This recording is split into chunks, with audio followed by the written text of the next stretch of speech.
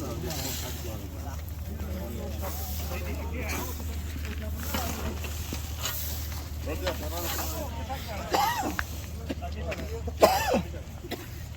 उन्होंने कहा कि आज तक का दस्ता करना ओ वायनाड बाउंड का क्या है वायनाड बाउंड में कौन कितने मिल रहा है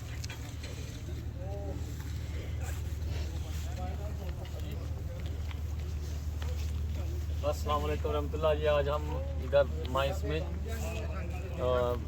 मुकाने अमल कर रहे हैं। ये पूरे जर्मनी में यूरोपा में हम लोग करते हैं सफाई का काम, जिसकी वजह से पूरा हम लोगों ने अपना एक स्टैट बनाया हुआ है जो दुनिया इसको जानती है।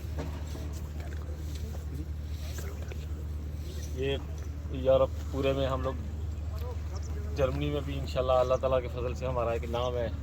जिस मुल्क में भी हम रहते हैं उस मुल्क में हम लोग कार्य अमल करते हैं और वो मुल्क वाले हम लोगों पर बहुत खुश हैं अल्लाह के फजल से। और हम लोग हर साल इसमें हिस्सा लेते हैं। तो